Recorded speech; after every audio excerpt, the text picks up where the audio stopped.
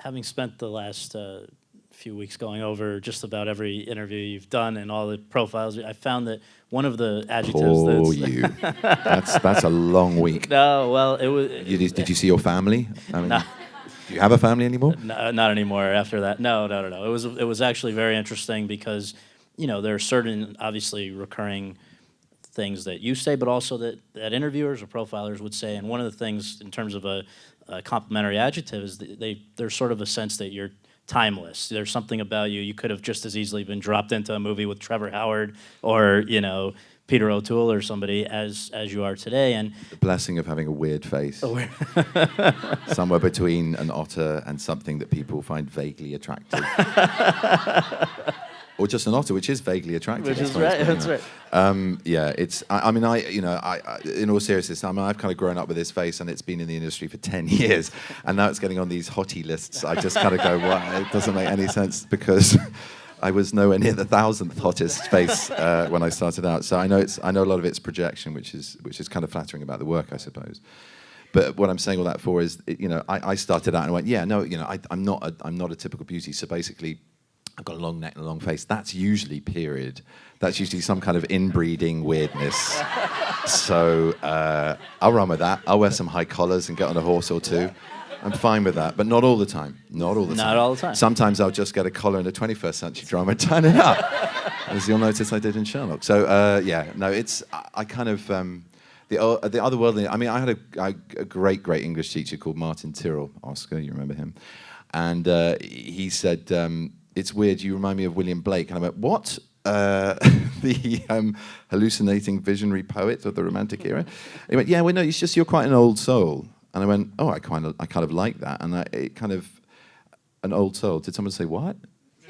As in not a new soul, an old soul, old smelly leather soul. And I kind of ran with that because I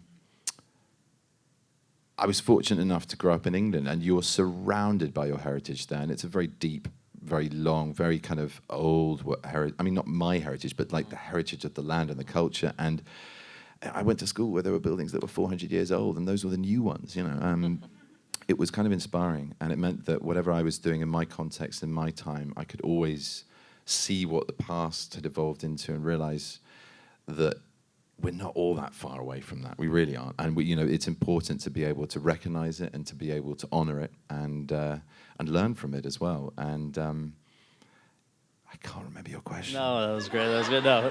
It's very hot in here. Okay. Okay, so another thing that I sort of jumps out to me about your work, from Sherlock to Tinker Tailor. I mean, you've talked about with Tinker Tailor that it was a particular thrill to work with Gary Oldman as somebody who you'd really looked up to, but also sort of mask shifting, I think was the word you used, that any actor worth their salt would enjoy the opportunity to be putting on a variety of masks. I mean, yeah, it's a gift. The idea of being a spy for an actor is kind of a gift. I mean, I was half hoping I might get tapped on the shoulder by MI5 or 6 or one of them. Well, because seriously, I mean, it would be a great double bluff that. There's a bit like Guy Burgess going around parties going, "I'm a spy," and no one believed him, and of course he was.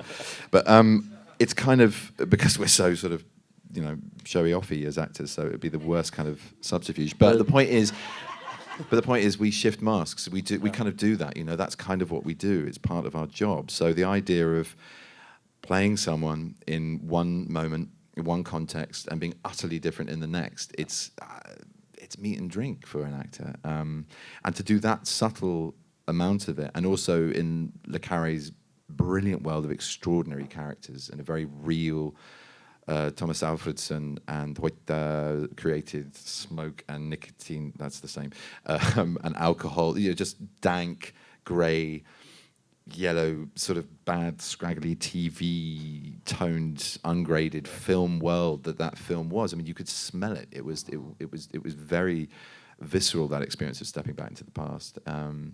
So it felt that there was a contact with an emotional realism to spying, which is sort of again meat and drink, because it's more profoundly something that's recognizable, because they all have human stories. They have things to sacrifice. They all have loves or passions or prerogatives and moral compromises, and also the sheer boredom of it, the drudgery of it, the betrayal of it all. These constantly shifting sands of loyalty and understanding and diplomacy, and that's a very rich canvas for an actor to play with. So I was thrilled when I got cast in that, and with that company of actors, I mean, you'd have to have done really badly to have done a bad job, because it's just everywhere you look, you're being inspired, you know. And Gary in particular was just a joyous individual to work with, and you know, a man at the height of his game again. I think in that film, just incredible performance. So we talked about films about history or about moments in history. Then, you know, here's someone comes along and says Sherlock Holmes, which has probably been made into more plays more shows or films than just about anything. Yeah, it's the most dramatized character of all fictional time, I think. I mean, so somebody says, let's do it again. We're gonna update it for the 21st century. You know, was it immediately clear to you that this was something that was worth getting involved with, or when did it become clear to you that it would work? Well, the sort of evolution was that I heard about it and thought, that sounds like an excuse to, you know, re-enfranchise something to make money. It could be a bit cheap and cheesy. And then I found out who was involved, and I thought, it's definitely not going to be cheap and cheesy. These guys are very good writers. I knew Stephen. My mum had done Coupling, a few episodes of that, Sarah Alexander's mum, and Mark Gatiss was a huge hero of mine as a student with League of Gentlemen. And so I knew the stable was good, and I knew their involvement in Who, and I knew what they'd done with that. And I thought, well, I've got to read it, and I read it, and I completely fell in love with it. And then I went to meet them in a flat in Holland Park. Sue Virtue's mother, Beryl Virtue.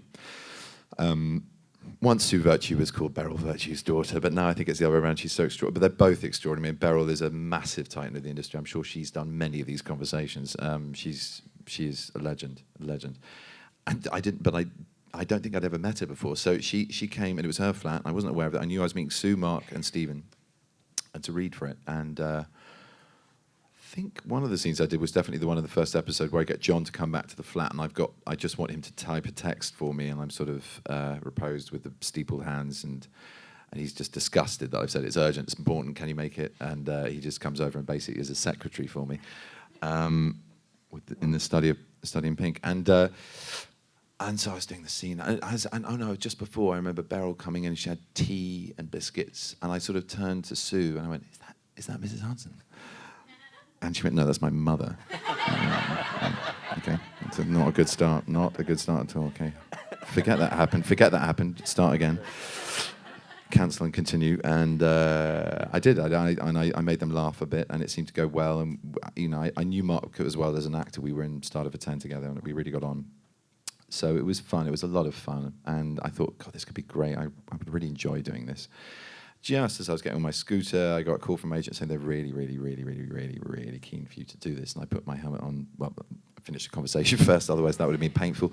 And I said, Christ, this could be really exposing, and in a good way. But I thought this is a very iconic character, and whether it's good, bad, or indifferent, there's going to be a lot of focus on it, as there always is with any incarnation of the great consulting detective. So I took a bit of a deep breath, and I thought, do I want to do this? Is this the moment to do that? Because I kind of, you know, there'd been other things hovering around that I might have pursued or might have done, and I just went, no, I kind of want to carry on doing the work I'm doing, which is there. It's getting recognition, but it's, you know, it's leading to the next job, and I was fine with that.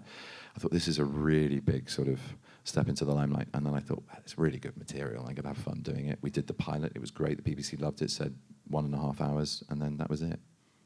And as far as the reach of this, I mean, I've read estimates. They initially thought maybe 2-3 million people are going to watch this. It was like it blew away from almost the beginning expectations as far as how many people cared about what you were doing. Was that very gratifying to see?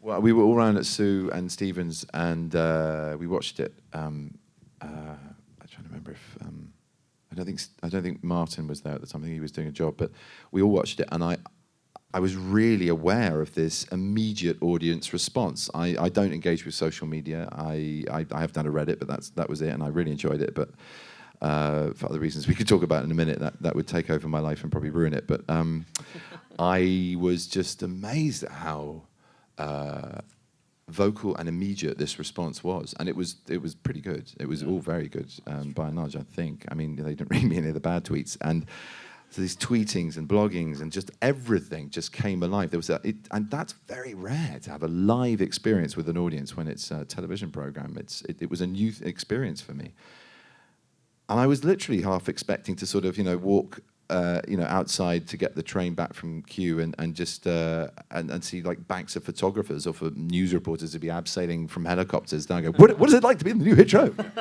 And thank God that moment was delayed. But it was very overwhelming in a weirdly distanced kind of way, because obviously it wasn't in person. But we were very aware of it being a bit of a hit. Yeah, we were thrilled. We still are.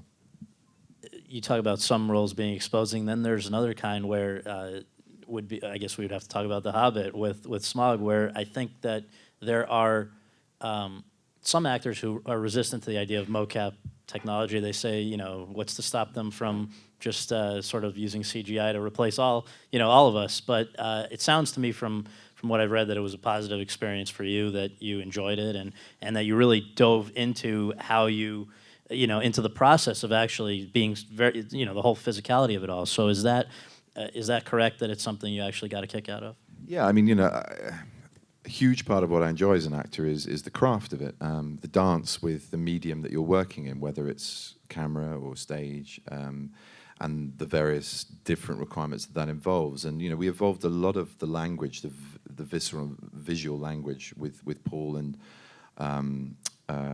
Steve, the first DOP on Sherlock, together, and it's a collaborative thing, and I really enjoy the technical side of what I do. I like to then, after rehearsing it and understanding it and getting something of a choreography of it, just lose myself in it and discover new things and probably fall into the camera or whatever, but just move away from doing something precise and precious. But I do have an awareness of it. I mean, that's kind of what we do. I think anyone who doesn't completely. And there are actually no, that's rubbish. There are moments that I've had as well where the director wants you to just completely ignore what's happening with the camera and just be in isolation. Again, like Katie, just not know anything about what's happening beyond your experience of your immediate environment.